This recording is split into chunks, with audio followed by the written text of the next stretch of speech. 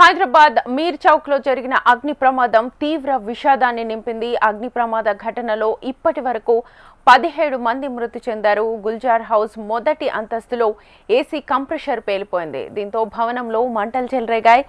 ఏం జరుగుతుందోనని తెలుసుకుని తేరుకునే లోపే భవనం మొత్తాన్ని పొగ కమ్మేసింది. కొందరు ప్రాణాలు అరచేతిలో పెట్టుకుని బయటకు పరుగులు తీశారు. కొందరు పొగ కారణంగా ఊపిరాడక మంటల్లోనే సజీవ దహనమైపోయారు. మరికొందరు తీవ్ర గాయాలు, శ్వాస ఇబ్బందులతో బాధపడుతుంటే వారిని ఆసుపత్రికి తరలిస్తుండగానే మరణించారు. గుల్జార్ హౌస్ లో ప్రమాదం జరిగిన సమయంలో భవనంలో 30 మంది వరకు చిక్కుకున్నారు. అందులో మహిళలు, చిన్నారులు కూడా ఉన్నారు. ఘటనా స్థలంలోనే 5గురు సజీవ దహనమయ్యారు. స్పాట్ కు చేరుకున్న రెస్క్యూ టీమ్స్ సహాయక చర్యల్ని ప్రారంభించే లోపే 5 మంది ప్రాణాలు కోల్పోగా మిగిలిన వారిని రెస్క్యూ చేసి సమీప ఆసుపత్రులకు తరలించారు. ఉస్మానియా, డిఆర్డీఓ, అపోలో, మలక్పేట, యశోద ఆసుపత్రుల్లో పలువురు చికిత్స పొందుతున్నారు. అయితే ఇందులో 12 మంది ఆసుపత్రులకు వెళ్లే మార్గంలో ఆసుపత్రుల్లో చికిత్స పొందుతూ మరణించారు. అయితే హాస్పిటల్లో చికిత్స అందుకుంటున్న వారిలో కొందరి పరిస్థితి విషమంగా ఉంది. దీంతో మృతుల సంఖ్య మరింతగా పెరిగే అవకాశాలున్నట్టుగా కనిపిస్తోంది.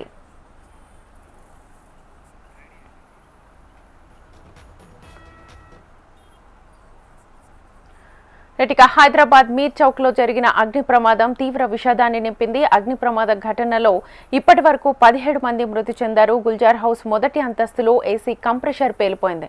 దీంతో భవనంలో మంటలు చెలరేగాయి. ఏం జరుగుతుందోనని తెలుసుకుని తేరుకునే లోపే భవనం మొత్తాన్ని పొగ కమ్మేసింది.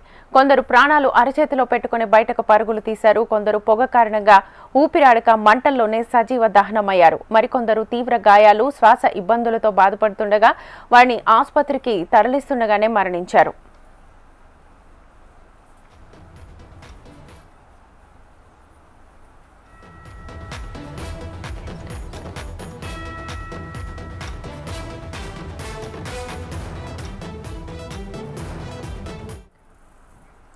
గుల్జార్ హౌస్ లో ప్రమాదం జరిగిన సమయంలో భవనంలో 30 మంది వరకు చిక్కుకున్నారు. ఇందులో మహిళలు, చిన్నారులు కూడా ఉన్నారు. ఘటనా స్థలంలోనే 5గురు సజీవ దహనమయ్యారు. స్పాట్ కు చేరుకున్న రెస్క్యూ టీమ్స్ సహాయక చర్యల్ని ప్రారంభించే లోపే 5 మంది ప్రాణాలు కోల్పోగా మిగిలిన వారిని రెస్క్యూ చేసి సమీప ఆసుపత్రులకు తరలించారు. ఉస్మానియా, డిఆర్డీఓ, అపోలో, మలక్పేట, యశోద ఆసుపత్రుల్లో పలువురు చికిత్స పొందుతున్నారు. అయితే ఇందులో 12 మంది ఆసుపత్రులకు వెళ్లే మార్గంలో ఆసుపత్రుల్లో చికిత్స పొందుతూనే మరణించారు. అయితే హాస్పిటల్లో చికిత్స అందుకుంటున్న వారిలో కొందరి పరిస్థితి విషమంగా ఉంది. దీంతో మృతుల సంఖ్య పెరిగే అవకాశాలున్నట్లుగా కనిపిస్తోంది.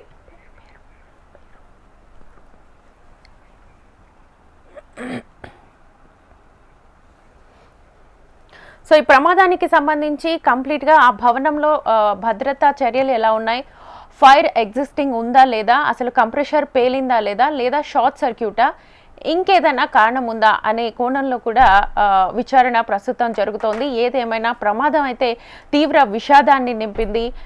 17 మంది ప్రాణాలు గాల్లో కలిసిపోయాయి. ఇంకా చికిత్స తీసుకుంటున్న వారి ప్రాణాలు కూడా అగమ్య గోచరంగా వారి పరిస్థితి కనిపిస్తోంది. సో దీనికి సంబంధించి అసలు ఆ భవనానికి సంబంధించి అసలు పర్మిషన్స్ ఉన్నాయా లేదా, ఫైర్ ఎగ్జిస్టింగ్ ఉందా లేదా, మనతో మాట్లాడడానికి మనతో పాటు జాయిన్ అయ్యారు డాక్టర్ ఎస్పీ అంజూర్ గారు, ప్రముఖ ఆర్కిటెక్ట్. Sir, good afternoon. నమస్తే అండి.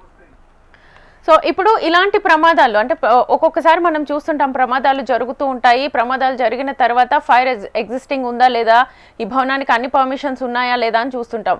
బట్ పర్టికులర్గా ఈ ప్రమాదానికి సంబంధించి మనం విజువల్స్లో చూస్తే చాలా ఇరుకైన గదులు ఉన్నాయి. ఏసీ కంప్రెషర్ పేలింది అని ఒక కారణం, 2 షార్ట్ సర్క్యూట్ అని ఇంకొక కారణం చెప్తూ ఉన్నారు. కారణం ఏదైనా సరే ప్రాణాలు అయితే గాల్లో కలిసిపోయాయి. సో దీనికి సంబంధించి పొగ చుట్టూ అలుముకుంది. రెస్క్యూ టీం వచ్చిన వెంటనే కూడా 5 మంది ప్రాణాలు గాల్లో కలిసిపోయాయి. సో ప్రాబ్లం ఎక్కడుంది? ఏమండి, ఇది ప్రస్తుతం ఉన్న సీజన్ అంటే ఇది ఎండాకాలం కదండి. ఎండాకాలంలో నార్మల్ గా ఎయిర్ కండిషనింగ్ అంటే లోపల మనం ఉండి కండిషన్ స్పేసెస్ లో మనం అందరం అంటే ఇరుక్కుగా ఉన్నా కూడా ప్రతి అంటే అది పర్మిషన్ ఉన్న బిల్డింగ్ అయినా పర్మిషన్ లేని బిల్డింగ్ అయినా చిన్న బిల్డింగ్ నుంచి బహుళ అంతస్తుల బిల్డింగ్లలో ఎయిర్ కండిషనింగ్ ఉన్నది అంటేనే దానికి మనకు విండో ఏసీలు ఉంటే పాత కాలంలో ఉండేది, అవుటర్ యూనిట్ ఉండేది, అది వేరేగా ఉండేది. అయితే ఇప్పుడు కొత్త కాలంలో అంటే ఏసీలు మారుస్తున్నారు కానీ వైరింగ్లు మార్చట్లేదండి. అంటే పాత పాత భవనాల్లో ప్రత్యేకంగా ఉన్న ఈ పాత వైర్స్ కానీ దాని మీద వచ్చే లోడ్ కానీ షార్ట్ సర్క్యూట్ అనేది నార్మల్ గా లోడ్ ఎక్కువ అవుతుంది, లేదంటే హీట్ ఎక్కువ అవుతుంది, అంటే హీట్ జనరేట్ అవుతాయి. సో ఈ పర్టికులర్ కేసులో నార్మల్ గా ఏంటంటే ఫైర్ ఎప్పుడు మనకి చంపదండి. అంటే ఫైర్ నెవర్ కిల్స్ యాక్చువల్లీ. అది మనకు హాని చేస్తుంది కావచ్చు కానీ చంపదు. Smoke kills. 30 సెకండ్స్ టు ఒక 1 మినిట్ లోపే మనకు ఊపర్ ఆడకపోతే అది అంటే మనం అన్కాన్షియస్ కావడం, మళ్ళీ నిద్రలోనే చనిపోవడం మనది చాలా పెద్దదండి. అది ఇప్పుడు ఇది కూడా మళ్ళీ మనకు ఐ ఓపెనరే. మళ్ళీ కరెక్ట్ గా 1 ఇయర్ తర్వాత మళ్ళీ మనం తరచు ఇవన్నీ చూస్తున్నాం. ఎందుకంటే బేసిక్ ఏంటంటే మనకు బిల్డింగ్ సర్వీసెస్ లో మెయింటెనెన్స్ చాలా ఇంపార్టెంట్. కిచెన్ లో గ్యాస్ ఎట్లయితే ఇంపార్టెంటో, అంటే సేఫ్టీ ఇంపార్టెంటో, డ్రైనేజ్ సిస్టమ్ లో బాటికి వెళ్ళదు, అన్నిటికంటే important electrical wiring. Electrical wiring లో మీరు ఇప్పుడు చూస్తే ప్రతి పండక్కి వైరింగ్లు పెట్టడం, హంగామా చేయడం అవన్నీ ఉన్నాయి. కానీ ఆ వైర్ కి జాయింటింగ్ కరెక్ట్ ఉందా లేదా, పాత వైర్ల మీద మనం లోడ్ యాడ్ చేస్తాం. ఇప్పుడు ఈ మధ్య కాలంలో కూడా ప్రతి రూమ్ కి ఎయిర్ కండిషనింగ్ అండి. అయితే వైరింగ్ మనం మార్చకుండా ఏసీలు యాడ్ చేసుకుంటూ పోవడం, దాని కెపాసిటీ పెంచుకోకుండా పోవడం, దానికి ఒక ఏమంటారు యూటిలిటీ పెంచుకుంటూ పోవడం, ఆ ఓవర్లోడ్ అయినప్పుడు ఖచ్చితంగా ఆ వైర్ అనేది కాలడానికి అవకాశం ఉంటుంది. చుట్టుపక్కల ఉన్న వస్తువులు ఏమైతే ఉన్నాయో దానికి ఫైర్ అవుతే పొగ వస్తుంది. పొగ వస్తే విదిన్ సెకండ్స్ మన అంటే హ్యూమన్ కి చాలా డేంజర్ అండి. సో ఇక్కడ ఈ పర్టికులర్ కేసులో మీరు చూస్తే అసలు ఫైర్ ఎగ్జిట్ లేదు. అంటే ఎలా ఉందో ఆవిడ అంటే ఇవాక్యుయేషన్ సిస్టమే లేదు. ప్రతి రూమ్ లో ప్రతి మనిషి ఎప్పుడైతే ఏమైనా హాని అవుతే బయటికి వెళ్ళే మార్గం మనకు సరిగ్గా లేకపోతే ఇటువంటి తరహా డేంజరస్ సిచ్యువేషన్స్ మీరు చూస్తే కొన్ని వందల వేల బిల్డింగ్స్ కూడా మనం ఇటువంటి చూస్తూ ఉన్నాయండి. కంజెస్టెడ్ ఏరియా అంటే ఈ మధ్య కాలంలో వచ్చే పెద్ద బిల్డింగ్లలో చాలా అంటే ఎక్స్పర్ట్స్ అందులో ఇన్వాల్వ్ అయి ఉంటారు, బాగానే ఉంటుంది. కానీ ఈ పాత పాత భవనాలలో ఎక్కడైతే మనం ఏసీలు యాడ్ చేసుకుంటూ పోతాం, రెఫ్రిజిరేషన్స్ యాడ్ చేస్తున్నాము, మిక్సర్స్ యాడ్ చేస్తున్నాము, కొత్త కొత్త ఉపకరణాలు వాడుతున్నాం, కానీ దానికి కావలసిన కేర్ మాత్రం తీసుకోవట్లేదండి. ఇది ప్రత్యేక అంటే ఇది ఒక మంచి అంటారు మంచి ఐ ఓపెనర్ అండి. చాలా సీరియస్ ఇష్యూ ఇది. ఇప్పటికీ మనం ఇది చూసుకొని మనం వాడే ఎక్విప్మెంట్స్ కి వైరింగ్ కరెక్ట్ ఉందా లేదా అనేది కరెక్ట్ గా చూసుకోవాల్సిందే. ఇదే లేకపోతే ఇలా బ్యాడ్ రిజల్ట్స్ వస్తాయండి. సార్ అంటే మీరు అన్నట్లుగా ఇప్పుడు ఇది ఒక ఐ ఓపెనర్ అన్నారు. సో ఫస్ట్ మనం చూసింది ఇందులో ఒకటి షార్ట్ సర్క్యూట్, 2 కంప్రెషర్ పేలింది అన్న. ఈ రెండిటికి ఎలక్ట్రికల్ వైరింగ్ ప్రాబ్లం అంటారా? ఎందుకంటే ఇందులో ఇంకొకటి అంటే స్మోక్ కిల్స్ అన్నారు కదా మీరు. ఒకవేళ ఆ ప్రాబ్లం వస్తే తప్పించుకునే మార్గం లేదు కాబట్టే చనిపోయారేమో కదా, అలా కూడా ఆలోచించవచ్చు కదా. ఇప్పుడు మనం కరోనా టైంలో ఆక్సిజన్ మాస్క్లు అనుకున్నామండి. ఆక్సిజన్ పెట్టకపోతే, ఆక్సిజన్ అందకపోతే మనిషి చనిపోతాడు. అయితే ఈ స్మోక్ లో కార్బన్ డైఆక్సైడ్, మోనాక్సైడ్స్ అవన్నీ విష వాయువులు ఉంటాయి కాబట్టి ఆక్సిజన్ తగ్గినా మనకు కాస్త తగ్గుతుంది. కానీ ఆక్సిజన్ బదులు ఇంకోటి ఏదైనా పెడితే ఈ క్షణంలో అంటే 30-40 సెకండ్స్ లోనే హ్యూమన్ అంటే మనిషి అనేది తట్టుకోలేడండి. సో అన్కాన్షియస్ కావడం, అన్కాన్షియస్ అయిన తర్వాత ఆయన అక్కడి నుంచి పారిపోవడానికి బయటికి పోవడానికి అవకాశం ఉండదు. సో అందులో నిద్రలో ఉన్నప్పుడు ఇటువంటి క్లోజ్డ్ గదులలో మీరు గమనిస్తే గుల్జార్ హౌస్ లలో ఇవాక్యుయేషన్ సిస్టమ్ లేదు. ఏమైనా కాపాడాలన్నా కూడా సిబ్బంది లోపలికి వెళ్ళే సిచ్యువేషన్ లేదు. ఇంకోటి ఏమవుతుందంటే ఈ ఎయిర్ కండిషనర్స్ లో ఈ అవుటర్ యూనిట్ పేలడం అనేది చాలా రేర్ అండి. ఎందుకంటే ఈ ఈఎల్సివిస్ అంటే మనకు మీరు చూసుంటారు, సర్క్యూట్ బ్రేకర్స్ ఉంటాయి. సో ఏ మాత్రం వైరింగ్ లో ప్రాబ్లం వచ్చినా, ఏదైనా అర్త్ లీక్ అయినా, ఏదైనా ప్రాబ్లం వచ్చినా ఇమీడియట్లీ సర్క్యూట్ బ్రేకర్ ఆఫ్ అయిపోతుంది. సో ఆ ఆఫ్ అయిపోయిన తర్వాత ఆ ఎలక్ట్రికల్ ప్రాబ్లం రావడానికి ఛాన్సెస్ ఉండదు. అయితే దీనికి కావాల్సింది మెయింటెనెన్స్. సో ఈ మెయింటెనెన్స్ అనేది ఇప్పుడు మనం రోడ్ మీద ఇటువంటి చూస్తే కూడా వైర్లు ఎక్కడి నుంచి విచ్చలవిడిగా వైర్లు, ఆ కేబుల్ టీవీ వైరా తెలియదు, ఇంటర్నెట్ వైరా తెలియదు, పవర్ కేబులా తెలియదు, ఏ వైర్ ఎక్కడ పోతుందో తెలియదు. అంటే చాలా డేంజర్ సిచ్యువేషన్ లో మనం ఉన్నాము. బిల్డింగ్ సర్వీసెస్ లో సింబదులు అంటే ఒకసారి బిల్డింగ్ పర్మిట్ ఇచ్చిన తర్వాత మనం ఇంట్లో ఇల్లు కట్టిన తర్వాత లోపల మనం మెయింటైన్ చేయవలసిందే. ఒక్కొక్క గదిలో ఎంతమంది ఉంటున్నాము, ఆ బిల్డింగ్ లో సేఫ్టీ మెజర్స్ ఏమున్నాయి, అక్కడే ఎలక్ట్రికల్ వెహికల్స్ ఛార్జింగ్ చేస్తున్నాం, అక్కడే మొబైల్ ఫోన్స్ ఛార్జింగ్ చేస్తున్నాం, 24 గంటలు దానికి వైరింగ్ మనం వాడుతున్నాం. కానీ దానికి సేఫ్టీ అనేది మనం evacuation system, safety awareness program చేయకపోతే ఇంకోటండి అన్నిటికంటే ఇంపార్టెంట్ మాక్ డ్రిల్స్. మనం దేశంలో ఎప్పుడైతే మనకు ఛాలెంజ్ వచ్చిందో ఒక మాక్ డ్రిల్ అన్నాం, అలాగే మనం మన ఇంట్లో బై ఛాన్స్ ఏమన్నా యాక్సిడెంట్ వస్తే ఏం చేస్తే మనం బయటికి పడతామో ఎలా చేస్తాం అనేది ఆ మాక్ డ్రిల్ అనేది చిన్న పిల్లల నుంచి పెద్దోళ్ళ వరకు ఇంట్లో ఖచ్చితంగా చేయాలండి. లేకపోతే ఇవాక్యుయేషన్ అంటే రావడం ఒక ఎత్తు అయితే దాని తర్వాత బయటపడడం కూడా ఒక ఎత్తు. అది ఆ కరెక్ట్. మిటిగేషన్ సిస్టమ్ మనం క్రియేట్ చేయాలండి. ఓకే సార్, మీరు అన్నట్టుగా ఇప్పుడు మాక్ డ్రిల్స్ అంటున్నారు కదా, ఈ మాక్ డ్రిల్స్ అనేవి మామూలు ప్రజలకైతే తెలీదు ఏం చేయాలని. ఎందుకంటే ఏం చేస్తారు, ఇప్పుడు సమ్మర్ వచ్చింది అంటే ఏసీ ఫిట్ చేయించుకోవడం, ఎలక్ట్రీషియన్ ఏం చెప్తే అదే చేస్తారు. మీరు అన్నట్లుగా ఎలక్ట్రికల్ ఫిట్టింగ్ ఎలా ఉంటుంది అనేది వాళ్ళకి తెలీదు. సో దాని గురించి అవగాహన పెంచాలంటే ఏం చేయాలి అసలు? అంటే ఒకటండి, ఇప్పుడు మీటర్ వరకు వచ్చే కరెంట్ అంటే ఏదైతే డిపార్ట్మెంట్ ఇస్తుందో అది ఖచ్చితంగా దానికి కావాల్సిన లోడింగ్ ప్రకారం ఉంటుందండి. తర్వాత అంటే మీరు సింపుల్ మాటలు చెప్తే వాటర్ సప్లైలో వాటర్ మీటర్ వరకు వచ్చే వాటర్ తర్వాత మనం వాడేది ఎలా ఉంటుంది అది మన చేతిలో ఉంటుంది. ఈవెన్ వెహికల్ అని అంతే, ఏదైనా వస్తువు అని అంతే అండి.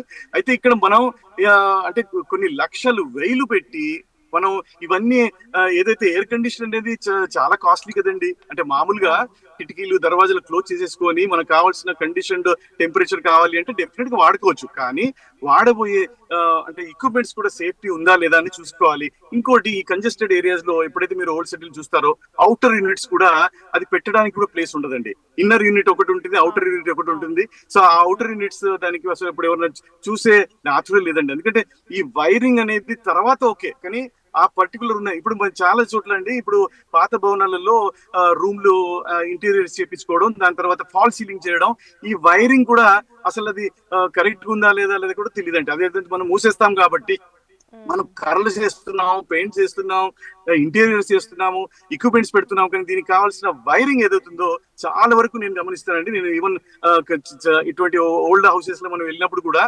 వైరింగ్ ఒకటి పర్లేదులేండి లోపల ఉంది కదా ఏం అవుతుంది అనేది అంటారు. కానీ డెఫినెట్ గా ఈ వైరింగ్ కావాల్సిన కెపాసిటీకి మనం మార్చుకోకపోతే వైర్ ఒక లోడ్ పడుతుంది, ఓవర్లోడ్ అవుతే అంతే కదండి. ఏదైనా వెహికల్ అయినా మనిషి అయినా వైర్ అయినా ఓవర్లోడ్ అయినప్పుడు ఖచ్చితంగా హీట్ అవుతుంది. హీట్ అయిన తర్వాత దానికి ఫైర్ వస్తుంది. ఫైర్ అయిన తర్వాత అక్కడ ఉన్న వస్తువులు అంటే ఇదైనా ఓపెన్ ఏరియాస్ కాదు కదండి, కంజెస్టెడ్ ఏరియాస్. అందులో ఈ పర్టికులర్ మీరు గుల్జార్ హౌస్ చూస్తే టోటల్ గా అంటే టోటల్ పర్ల్స్ కానీ ఇటువంటి తొందరగా ఫైర్ అంటే స్మోక్ క్రియేట్ చేసే వస్తువులు ఉంటాయి కాబట్టి స్మోక్ అనేది చాలా డేంజర్ అండి. ఆ చిన్న గదులలో మనం ఎక్కువ మంది కూర్చోవడం, దానిలో మళ్ళీ స్మోక్ తోటి, అందులో మార్నింగ్ టైంలలో మనకు తెలియదు, కళ్ళ నిద్రపోయినప్పుడు ఈ స్మోక్ అనేది ఊపిరితిత్తులో పోయిన తర్వాత విదిన్ 30-40 సెకండ్సే మనకు ప్రాబ్లం అవుతుందండి. అయితే ఇప్పటికీ మనం ఏ భవనంలో నివసిస్తున్నామో, ఏ గదుల్లో నివసిస్తున్నామో అక్కడ ఎక్విప్మెంట్స్ ఏమున్నాయి, వైరింగ్ ఎలా ఉంది, ఎలక్ట్రీషియన్ కి పిలిచి చెక్ చేసేసుకొని ఈఎల్సిబి అంటే ఏదైతే సర్క్యూట్ బ్రేకర్స్ ఉంటాయో అంటే ఏ మాత్రం అంటే ప్రాబ్లం అయినా ఇమీడియట్లీ ట్రిప్ అవుతుందండి. ట్రిప్ అయిపోతే మనకు ప్రాబ్లం కాదుగా. సో ఈ సేఫ్టీ మెజర్స్ మనం చెక్ చేసేసుకొని, వాల్స్ చెక్ చేసేసుకొని, ఎలాగైతే మనం గ్యాస్ లో పైప్ లైన్ లో వాల్స్ ఎట్లా చెక్ చేస్తామో అలాగే ఎలక్ట్రికల్ వైరింగ్ కూడా నెగ్లెక్ట్ చేయకూడదండి. దీని టోటల్ గా ఈ పర్టికులర్ రిజల్ట్స్ మాత్రం టోటల్ నెగ్లెక్ట్ అండి. ఇందులో డిపార్ట్మెంట్ అక్కడ అంటే ఏమంటారు అక్కడ ఉన్న సిచ్యువేషన్ బట్టి వెంటనే సహకరిస్తుంది, కాపాడుతుంది. కానీ మనం చేసుకునే జాగ్రత్తలు, మనం ఇంట్లో మనం ఏమున్నామో నివసించే ప్లేసెస్ లో మనం ఒక ఆర్కిటెక్ట్ ని అందరికీ రిక్వెస్ట్ చేస్తానండి. ఇప్పటికీ ప్రతి ప్లేస్ మీరు వైరింగ్ కానీ స్విచ్ బోర్డ్ కానీ ఉన్న ఎక్విప్మెంట్స్ కానీ చెక్ చేసుకోండి. రెఫ్రిజిరేటర్స్, ఓవెన్స్, తర్వాత ఈ చిమ్నీస్ అవన్నీ చాలా ఇంపార్టెంట్ అండి. ఈవెన్ ఫ్యాన్ కూడా వచ్చే వైర్ కూడా కరెక్ట్ ఉందా లేదా, ఈ పండుగలలో ఇచ్చే లైటింగ్స్ పెట్టడం ఎలా పడితే అలా చేసుకోవడం అది కాకుండా కాస్త జాగ్రత్తగా మనం చేసేసుకుంటే ఇటువంటి తరహా యాక్సిడెంట్స్ కావడానికి అవకాశం చాలా తక్కువ ఉంటుందండి. సార్, మీరు అన్నట్లుగా ఇప్పుడు అన్ని ఇంట్లో ఏ ఎలక్ట్రిక్ వస్తువులు ఉన్నాయో ప్రతిదీ చెక్ చేసుకోండి అన్నారు కదా. సో చాలా మందికి ఉన్న నమ్మకం ఏంటంటే బ్రాండెడ్ వస్తువులు ఎక్కువగా రేటింగ్స్ అంటే రివ్యూస్ ఎక్కువగా ఇచ్చిన అయితే బాగుంటాయి అని అనుకుంటూ ఉంటారు కదా. సో వాటికి కూడా వైరింగ్స్ వాళ్ళే వచ్చి సెట్ చేస్తారు అని అనుకుంటూ ఉంటారు. సో ఇందులో కూడా చెక్ చేసుకోవాల్సి ఉంటుందా? అండ్ మీరు అన్నట్లుగా ఎన్ని రోజులకు ఒకసారి మెయింటైన్ చేసుకోవాల్సి ఉంటుంది? ఎగ్జాక్ట్లీ, చాలా మంచి క్వశ్చన్ అండి. ఇప్పుడు ఏమవుతుందంటే మనం కొత్త వస్తువు తెచ్చినప్పుడు కొత్త వైరింగ్ ఆ ప్లగ్ వరకే చూస్తున్నాం, కానీ ప్లగ్ కి ముందు అంటే ఎక్కడి నుంచి అయితే సప్లై వస్తుందో అక్కడ మనం చూడట్లేదు. అది మనం చాలా పెద్ద తప్పు చేస్తున్నామండి. సో మెయింటెనెన్స్ అనేది చాలా ఇంపార్టెంట్. అయితే ఇప్పుడు పైన హంగులు కాకుండా లోపల ఉన్న యాక్చువల్ ఏంటి చూసుకోవాలి. ఇంకోటి ఏంటండి, సింపుల్ అండి. ఇప్పుడు స్మోక్ కిల్స్, ఫైర్ వోంట్ అని నేను చెప్తా ఉన్నాను. ఇప్పుడు స్మోక్ డిటెక్టర్స్ ఉన్నాయి. ఇప్పుడు ఎంతో ఖర్చు పెడుతున్నాం అంటే ఇప్పుడు మనం ఆటోమేషన్ చేస్తున్నాము. ఈవెన్ మీరు చూస్తే మూమెంట్ సెన్సర్స్ తో లైట్స్ ఆన్ ఆఫ్ కావడం అవుతుంది.